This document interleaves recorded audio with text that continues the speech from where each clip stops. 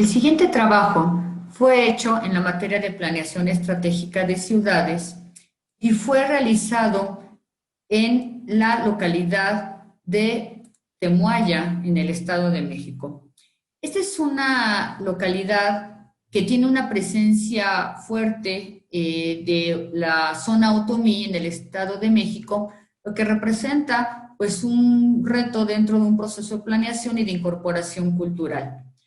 Los estudiantes participantes de este trabajo fueron Campos Revilla, Esparza Girón, Gutiérrez Damasio, Pedro Flores y González Becerra. Este trabajo consistió primeramente en una introducción en donde se llevó a cabo una descripción metodológicamente en qué consistía el trabajo. Cabe señalar que este trabajo fue hecho en base a los manuales de elaboración de planes de desarrollo urbano, pero ya con una visión de la planeación estratégica. Entonces se llevó a cabo en las tres fases del diagnóstico para posteriormente hacer una evaluación territorial y llevarlo a una propuesta de ordenamiento. Entonces, el objetivo principal pues era analizar la dinámica urbana de la localidad para precisamente conocer su problemática y sus tendencias y garantizar con ello el desarrollo sin afectar ni perjudicar al medio natural, social o urbano. La primera fase, siguiendo esta guía metodológica, es la parte legal, es decir, es un marco jurídico que se divide prácticamente en cuatro partes, en los instrumentos internacionales, tomando o haciendo especial énfasis en la Agenda 2030 y en Hábitat 3, en donde se sabe que hoy día debemos de tener una adaptación a esos indicadores como parte de los acuerdos internacionales. Por otro lado, tenemos todo lo que son nuestros instrumentos federales en términos de desarrollo urbano aplicados de manera directa, los instrumentos estatales, partiendo del plan, la Constitución del Estado, el plan estatal, el libro quinto del Código Administrativo, el reglamento del libro quinto, por ejemplo, tenemos la parte municipal, que son el bando municipal. Para posteriormente, viendo esta viabilidad jurídica, nos vamos a la parte de la localización geográfica y, muy importante, a la delimitación de un área de estudio, porque es un estudio que no está en una escala municipal, es un estudio que está hecho en la escala de una, o lo que se considera una localidad urbana. Por lo tanto, se tenía que delimitar hasta dónde podía ser estudiada esta localidad. Y se tomó el criterio de que se traza un radio a partir de las partes exteriores de la localidad hacia 1 kilómetro para posteriormente quitarle aquellas áreas que por lo menos se sabía que no podían ser urbanizables, como por ejemplo cuerpos de agua o podían ser pendientes ya mayores del 25%, para poder establecer un polígono que nos permitiera generar un plano base que nos sirve como lo dice su nombre, de base para poder llevar a cabo nuestro estudio de todos los indicadores en la localidad. Precisamente a partir de él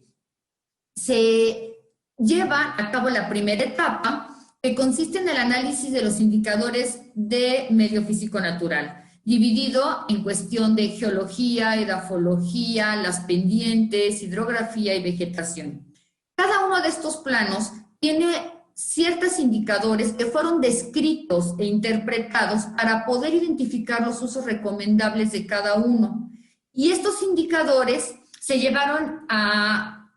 o se aterrizaron en una matriz de evaluación. Esta matriz consiste en dos elementos. Horizontalmente, los usos recomendables que podían generarse a partir del indicador, y por otro lado, verticalmente, los indicadores de cada uno de ellos. Mediante un criterio de semaforización, se identificó cuáles de esos indicadores podían ser aptos, moderadamente aptos, regularmente aptos o no aptos para desarrollar a cabo dicha actividad. Y esto se aterrizó en un plano de zonificación primaria, en donde se hizo un planteamiento de usos generales de cómo podía ser el territorio utilizado en función de todos los indicadores medioambientales en relación a los posibles usos o manejo territorial que se le podía dar. Posteriormente, la segunda etapa del diagnóstico consistió en las características demográficas y socioeconómicas. Aquí se analizaron las cuestiones demográficas de población, población femenina, masculina, estructura de edades, tasa de crecimiento media anual, las características económicas de la población económicamente activa, ocupada, desocupada, a qué se dedica la población, cuáles son sus niveles de ingreso, la parte de social que tiene que ver con el alfabetismo, analfabetismo, y curiosamente tenemos niveles de analfabetismo fuertes en esta localidad. Tenemos la cuestión de la escolaridad, también tenemos un porcentaje alto de personas que no concluyeron, por ejemplo, su educación básica, la parte muy importante de la marginación, que es un indicador compuesto, y la parte también migratoria. Esto nos llevó al momento de contrastar tanto la ubicación territorial como todas las variables de una manera interpretativa, hacer un plano que nos llevó a zonificar dónde estaba la población con un desarrollo socioeconómico bajo, con un desarrollo socioeconómico medio y un desarrollo socioeconómico alto. Para posteriormente realizar el diagnóstico urbano. Este diagnóstico urbano consistió en investigar y analizar en qué condiciones se encontraba la infraestructura en relación a la red de agua potable, de drenaje y de energía eléctrica. Estos tres, bajo el aspecto de ver zonas que no tenían cobertura, por ejemplo, de redes, donde, por ejemplo, en cuestión de drenaje teníamos descargas directas a los cuerpos de agua y que nos estaban generando contaminación de cuerpos, donde, por ejemplo, en cuestión de energía, donde teníamos problemas de suministro o problemas que no contábamos, por ejemplo, con alumbrado público. El siguiente indicador fue el vialidad y transporte. Aquí se logró identificar si teníamos continuidad vial, si teníamos rutas de transporte, dónde estaba el paradero, si teníamos vialidades todavía sin pavimentar, sin banquetas, invadidas, por ejemplo, por ambulantaje, si teníamos ciertas discontinuidades, conflictos o cruces viales. Y después nos llevó al análisis de los usos de suelo. Estos usos de suelo nos pudimos, digamos, identificar si teníamos violaciones de alturas, o por usos, por ejemplo, que hubiera un uso declarado como equipamiento y ya tenía un uso habitacional, o zonas que estaban declaradas con un máximo de 2 niveles y ya tenían 4 niveles, etcétera. Se logra identificar si existe una problemática precisamente inclusive de incompatibilidades. Después del uso de suelo se procedió a calcular todo el equipamiento de la localidad.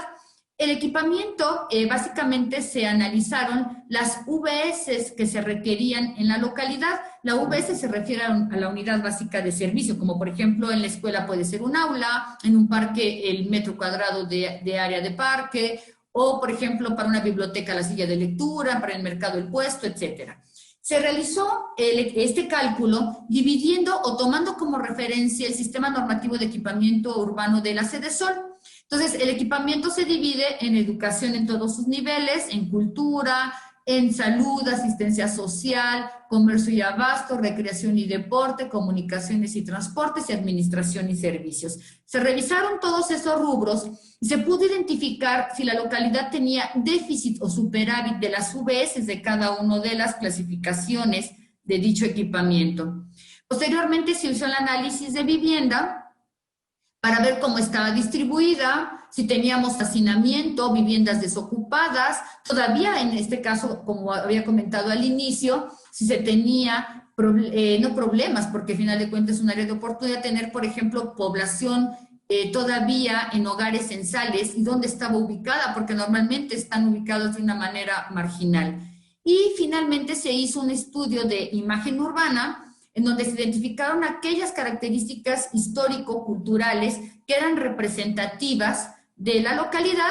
y al final de todo este diagnóstico se llevó a cabo un plano síntesis en donde se ubicó toda la problemática urbana identificada. Ya terminadas las 3 fases del diagnóstico, se llevó a cabo una síntesis escrita integral para poder hacer una descripción de cada una de las áreas en las que se componía la localidad y se llevó a cabo un plano. este plano nos identificaba si teníamos, o en este caso si tenemos áreas inundables, dónde está el área urbana actual, si teníamos usos agropecuarias, un área natural protegida, zonas de uso industrial, por ejemplo, tendencias de conurbación, tendencias de crecimiento inadecuado, zonas sin algún tipo de cobertura de equipamiento, algunas zonas aptas a ser desarrolladas, como ya se había visto en el primer plano, síntesis que correspondía a la zonificación primaria, violaciones de usos de suelo, por ejemplo, asentamientos en zonas de riesgo, flujo, por ejemplo, zonas de flujo vehicular intenso que ya generan un problema de accesibilidad, por ejemplo, vialidades sin pavimento, etcétera. Es decir, este plano es muy importante porque es el que nos lleva precisamente a esta parte evaluativa a través del FODA. Se hizo una evaluación FODA de cada uno de los indicadores de todas las fases del diagnóstico y se realizó un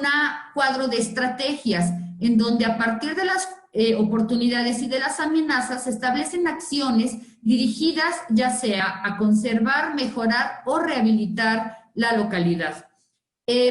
Para poder continuar con estas estrategias, y al hablar de una planeación estratégica a largo plazo, se realizó un cálculo de crecimiento a 5, 15, 25 años para poder calcular tanto la demanda de vivienda por nivel económico como la reserva territorial. Esto nos llevó a hacer un plano de crecimiento. Aquí se puede ver que la tasa de crecimiento y el crecimiento físico de Temuaya es muy bajito en realidad.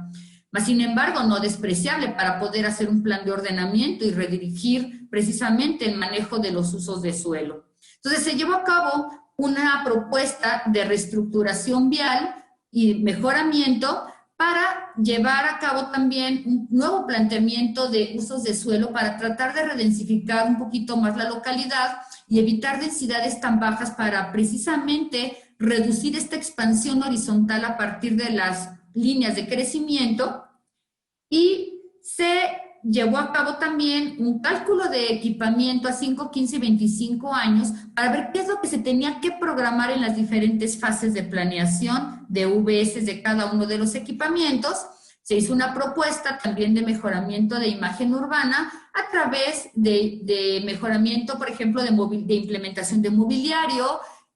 mejoramiento, conservación de las áreas, por ejemplo, históricas, reforestación urbana, cambios de pavimento, normar a lo mejor ciertos colores, para darle un poquito de más homogeneidad a la contaminación visual que se pudo identificar que tenía. Posteriormente se realizó una maqueta virtual en donde se ubicaron, de acuerdo a la propuesta de usos de suelo, se ubicaron los usos de suelo específicos que se iban a implementar, incluyendo ya un área de equipamiento especial que era un campo eólico. Y luego se hizo un fotomontaje del antes y el después de la intervención a partir del cambio de pavimento, de mobiliario urbano, implementación de colores en fachadas, de ordenamiento, por ejemplo, del cableado eléctrico, del mejoramiento de algunos espacios públicos como por ejemplo la plaza o el atrio de la iglesia, mejoramiento de las calles comerciales en donde se colocó algunas, por ejemplo, mobiliario que eran macetones, se cambió el pavimento, etcétera. Es decir, se hizo una propuesta general para poder mejorar la identidad del lugar. Y con este apartado se terminó el ejercicio para posteriormente darle continuidad al siguiente curso.